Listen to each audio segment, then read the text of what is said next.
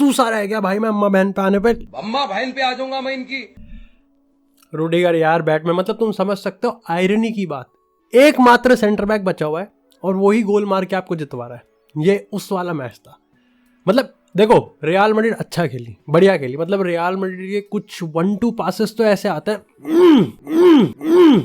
ये वाले आते हैं। लेकिन बात असल में ये है कि अगर मयोर्का की बात करें तो मयोर्का का अटैक था, मतलब देखो उनके 2-3 अटैक थे जो कि हमारी डिफेंसिव वल्नरेबिलिटी को काफ़ी ज़्यादा एक्सप्लॉइट कर पा रहे थे। और ऑफ कोर्स एक गोल पोस्ट वाला था जो कि गोल लाइन, सोचो लालिगा में गोल लाइन टेक्नोलॉजी नहीं है भाई, मतलब ये कैसी कटौती है यार, ये कैसा आत्माराम तुकाराम भिड़े टाइप स्टेप है। लेकिन अगर अमूमन देखें, अगर हम जनरल देखें, मोटे मोटे तौर पे देखें, तो मयोर्का का इस मैच में जीतने का उतना ही इंटेंट था जितना यहाँ पर उर्फी जावेद का सोसाइटी में सभ्यता बढ़ाने में।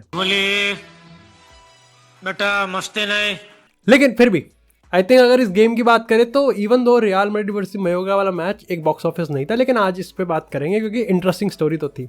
इसी के साथ भाई कमेंट सेक्शन में रोनाल्डो और मेसी के जितने भी फैंस हैं, ठीक है, मेरी तो साइड पता है ना रोनाल्डो वाली, बट तैयार रहना क्योंकि फीफा प्रो की यहाँ पे जो वर्ल्ड 11 की नॉमिनेशन है वो आई है। और अगर तुम मीडिया को थोड़ा खंगालोगे ना तो तुमको पता है कौन घिरने वाला है और क्यों घिरने वाला है। खैर अभी बात करेंगे उस पर, लेकिन तुम तैयार रहना अपने डिफेंस के लिए। सबसे पहले बात करते हैं यहाँ पर रियल मैड्रिड के मैच की। आर्दा गुलर का मच अवेटेड डेब्यू होना था लेकिन नहीं हुआ, and I can understand why. 74 minute में आपको गोल मिला है और पता है आपको कि मयोर्का इवन दो मैंने उर्फी जावेद का समझाया तुमको, लेकिन फिर भी उन्होंने कुछ हद तक एक्सप्लॉइट कर रही थी। 2-3 शॉट उनके ऐसे आ गए थे जहाँ पर समझ में आ रहा था कि रियल मैड्रिड की डिफेंस की अगर हम बात करें, जो कि अगेन वहाँ पर भी एक सरप्राइज था हमारे लिए, मैरी क्रिसमस चुआमेनी को देखो यार, ऐसा रिपोर्ट्स आए हैं, अगर आप स्पेनिश मीडिया को उठा के देखोगे तो आपको समझ में आएगा कि यहाँ पर अब इंटरनली डिस्कशन बनाया गया है कि भाई शायद से चुआमेनी को मेकशिफ्ट सेंटर बैक बनाया जाएगा। और आज उसकी परफॉर्मेंस अच्छी लगी। अगेन जब आप किसी भी प्लेयर को उसकी ऑल्टरनेट पोजीशन पर डालते हो तो उसको जज करने के जो पैमाने हैं वो चेंज हो जाते हैं, ठीक है। अगर लाइक अब कामाविंगा को आप अल्फोंसो डेविस से थोड़ी कंपेयर कर सकते हो। जो परफॉर्मेंस मेरे को और भी ज़्यादा बेटर लगी वो थी लुका मॉड्रिच की। मेरे को लगता है कि Luka Modric was man of the match. Vinicius की रिटर्न भी हुई तो मेरे को सही लगा। विनीसियस जूनियर काफ़ी क्रिस्प लग रहा था। मेरे को एक दिक्कत लग रही थी कि क्या रॉड्रिगो की जो स्टनिंग फॉर्म चल रही थी वो क्या विनीसियस के आने के बाद ऐसा तो नहीं हो कि थोड़ा सा डेविएट हो जाए, हैम्पर हो जाए, बट ऐसा नहीं हुआ। जूड बेलिंगम है भाई, बेलिंगम का कोई तोड़ नहीं है।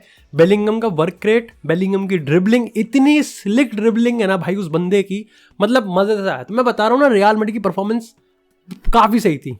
कुछ मायने में थोड़े से डिफेंसिव वल्नरेबिलिटीज थी, लेकिन रोडिगर ने आज बहुत बढ़िया काम करा।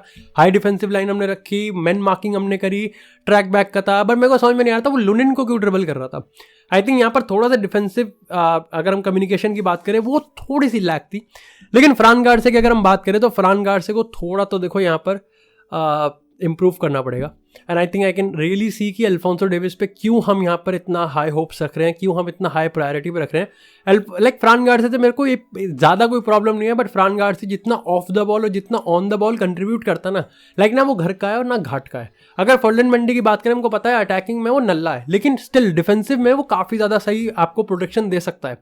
फ्रान गार्सिया नहीं आपको इधर इलीट है ना ही वो इधर इलीट है, तो वहाँ पर प्रॉब्लम है। अगर इसको कंपैरिजन को देखें, मार्सेलो की बात करते हैं, मार्सेलो के जब आप डिफेंसिव वल्नरेबिलिटीज को काफ़ी टाइम बाद एक्सप्लॉइट कर सकते हो, लेकिन अटैक में मार्सेलो के आसपास कोई आ नहीं सकता। और मैं सिर्फ रियल मैड्रिड के स्क्वाड की नहीं, मैं पूरी दुनिया के स्क्वाड की बात कर रहा हूँ। मार्सेलो हो गया, जॉर्डी अल्बा हो गया, ये वन ऑफ द बेस्ट है।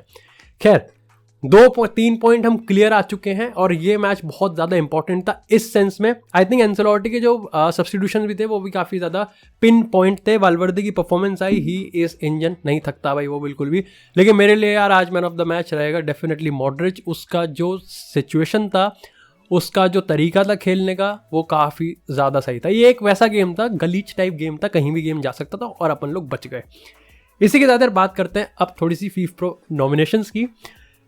इसका हिसाब से काफ़ी सिंपल है, इंटरेस्टिंग है। मैं तुमको पहले बताता हूँ, 19 दिसंबर 2022 से लेके मिड अगस्त तक यहाँ पर इन्होंने एक पीरियड रखा है कंसिडरेशन का कि भाई किसी भी परफॉर्मेंस को जज करने के जो पैमाने हैं वो टाइम फ्रेम यही है।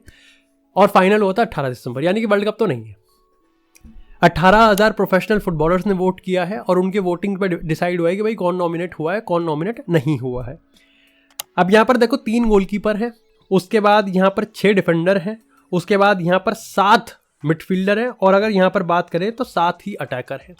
अगर गोलकीपर की बात करें तो देखो भाई यहाँ पर कोर्तोआ है, एडरसन है, एमिलियानो मार्टिनेस, काफ़ी लोग टर स्टेगन के लिए वाउच कर सकते हैं, लेकिन यहाँ पर मेरे को लगता है पूरी तरीके से जस्टिफाइड है। रूबन दियाज है, वेन डाइक है, मिलिटाओ है, रूडिगर है, स्टोन्स है, वॉकर है। तो अगेन यहाँ पर रियल मैड्रिड मैन सिटी की डुओपोली है, बस वेन डाइक यहाँ पर लिवरपूल की तरफ से आ गए हैं। मिडफील्ड की बात करें तो ये तो रियल मैड्रिड और पूरा तरीके से मैनचेस्टर सिटी है। Bellingham, De Bruyne, Gundogan, Modric, Rodri, Silva, Valverde. काफ़ी लोग क्रूज के लिए भी नाखुश थे, लेकिन अल्टीमेटली मेरे को लगता है यहाँ पर आई थिंक वाल्वर्दे, मॉड्रिच में से और Toni Kroos, I think rotation वगैरह, I think it's fair to say. Attack पे आ जाते हैं थोड़ा सा। बेंजेमा है, हालैंड है, हैरी केन है, एम्बापे है, मेसी है, रोनाल्डो है और विनीसियस जूनियर है। अब देखो बात असल में ऐसी है कि काफ़ी लोगों ने बहुत क्लियरली यहाँ पर पिक्चराइज किया है। देखो सबसे पहले रोनाल्डो को घेरा गया, उन्होंने कहा कि क्रिस्टियानो रोनाल्डो को आप इंक्लूड कर रहे हो, ठीक है, लेकिन फिर आपने हमदल्ला को क्यों नहीं करा था? हमदल्ला ने भी तो 57 गोल मारे थे, तब तो किसी ने नहीं पूछा। तो क्रिस्टियानो रोनाल्डो का क्या पीआर है, या फिर क्रिस्टियानो रोनाल्डो को लेके यहाँ पर क्या किया गया है कि उसको इंक्लूड किया है?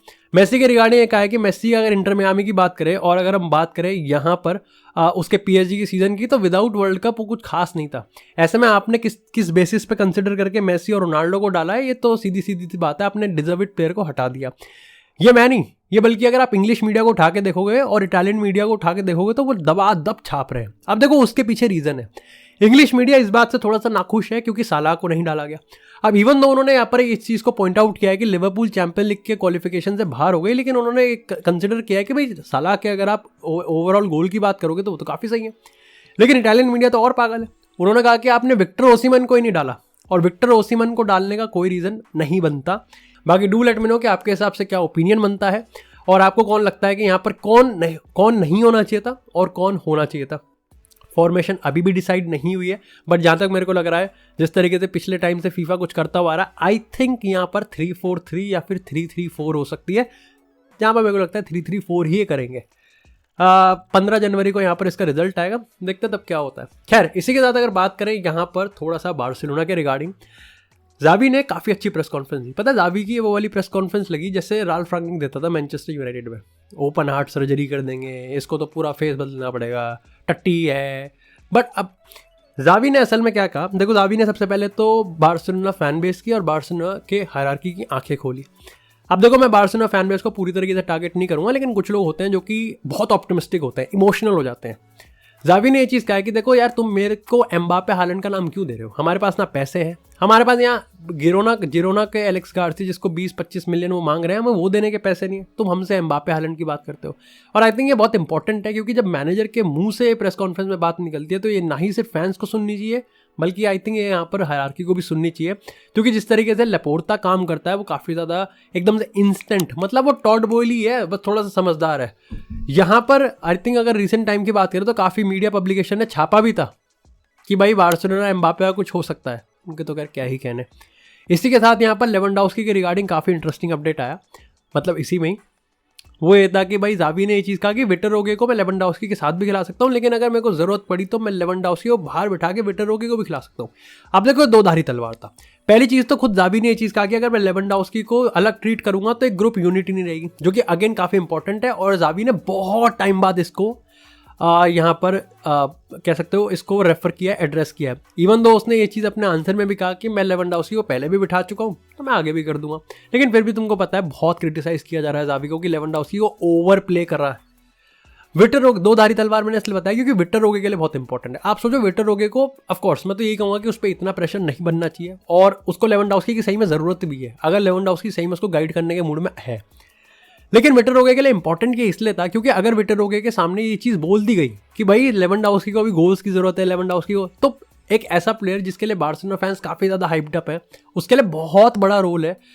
और जाओ फेलिक्स तो पता है तुमको, जाओ फेलिक्स जावी में तो इस समय बन ही नहीं रही। ऐसे में यहाँ पर अगर जावी ये चीज़ ना मानता कि भाई लेवेंडोव्स्की को बिठाना भी सही नहीं बनता, तो ये विक्टर ओगे के लिए काफ़ी बुरी चीज़ होती, मतलब उसका मोटिवेशन, या फिर अगर हम ड्रेसिंग रूम के कहते हैं ना कि ड्रेसिंग रूम में सही से रिसीव नहीं किया तो वहाँ पे दिक्कत हो जाती थोड़ी सी कि भाई यार आपका मैनेजर अभी भी बायस्ड है, इवन दो आपका एक नया प्लेयर आया जो कि अपनी लीग में बढ़िया पेल रहा है, तो फिर अब उसका क्या मतलब बनता है। अच्छा इसी के साथ यार बात करें अगर मैनचेस्टर यूनाइटेड से, तो भाई Manchester United all of a sudden भैया अटैकिंग इनपुट्स लेने लग गई है और यहाँ पर दो प्लेयर्स का नाम पिछले 24 घंटे में काफ़ी ज़्यादा सामने निकल के आ रहा है। पहला है यहाँ पर चुपोमोटिंग और दूसरा है यहाँ पर आपका टीमो वर्नर। चुपोमोटिंग की कहानी बता देते हैं। देखो चुपोमोटिंग को तुमको पता है यहाँ पर हैरी केन है, उसके बाद यहाँ पर मुलर है, लेकिन ऐसा नहीं है कि चुपोमोटिंग को खेलने का टाइम नहीं मिल रहा है। चुपोमोटिंग को यूज़ कर रहा है, थॉमस टुखल प्रायोरिटी पे नहीं कर रहा है। टीमो वर्नर की बात करें तो देखो लाइप्जिग में तो वो बढ़िया खेल रहा है और अच्छे गोल्स भी आ रहे हैं, उसके अच्छा आउटपुट भी आ रहा है। अगर आप मैनचेस्टर यूनाइटेड के रेफरेंस में अगर पूछोगे तो देखो टीमो वर्नर को सब ऑफकोर्स चेल्सी वाले स्टेंट से याद रखेंगे, बट मेरे को ऐसा लगता है कि टीमो वर्नर स्ट्रेट अवे ना तो नहीं है। देखो टीमो Werner is a very good player, versatile player है और आपने देखा है कि एंटनी को राइट विंग से हटा दो, किसी को भी डाल दो, गार्नाचो, राशफोर्ड और हॉयलैंड की अगर हम बात करें, तीनों इतने डायनामिक खेलते हैं, तीनों इतना अच्छा आउटपुट ड्रिवन फुटबॉल खेलते हैं, इट्स गुड। मेरे को दिक्कत ये लगता है कि टीमो वर्नर स्ट्रेट अवे उसका आंसर नहीं है। जैसे जोजेलू की अगर हम बात करते हैं तो जोजेलू एक्चुअली में इतना कोई बेकार नहीं है, बट जोजेलू स्ट्रेट अवे आंसर भी नहीं है रियल मैड्रिड की सारी प्रॉब्लम्स का, वो तो बेलिंगम कवर अप कर रहा है। अगर चोपोमोटिंग की बात करें तो मेरे को लगता है कि चोपोमोटिंग को जिस तरीके से खिलाएंगे उस तरीके से तो स्कॉट मैकटोमिने भी खिलाएंगे। अब तुम में से काफ़ी लोग कह सकते हैं कि चोपोमोटिंग यहाँ पर होल्ड कर सकता है अलॉन्ग साइड अगर हम बात करें रास्मस हॉयलैंड के। मेरे को लगता है कि टेन हैग का अगर वो प्ले स्टाइल रहा तो टेन हैग ये चीज़ वो स्कॉट मैकटोमिने से भी करवा सकता है। तो इवन दो तुम में से काफ़ी लोग कहोगे कि टीमो वर्नर के लिए स्ट्रेट अवे जाना चाहिए या फिर चोपोमोटिंग के लिए जाना चाहिए, ऐसा कुछ कहेंगे, मेरे को लगता है कि यहाँ पर अगर इन दोनों की ही बारी है तो वो टीमो वर्नर है जिसके लिए हो सकता है। बट अगेन लाइक मतलब दो धारी डील ही है, कोई बिल्कुल नेट पॉजिटिव वाली डील नहीं है। मतलब ये ऐसी डील है, हो गया नहीं हुआ तो जयराम जी की हो जाएगी वही कसम से।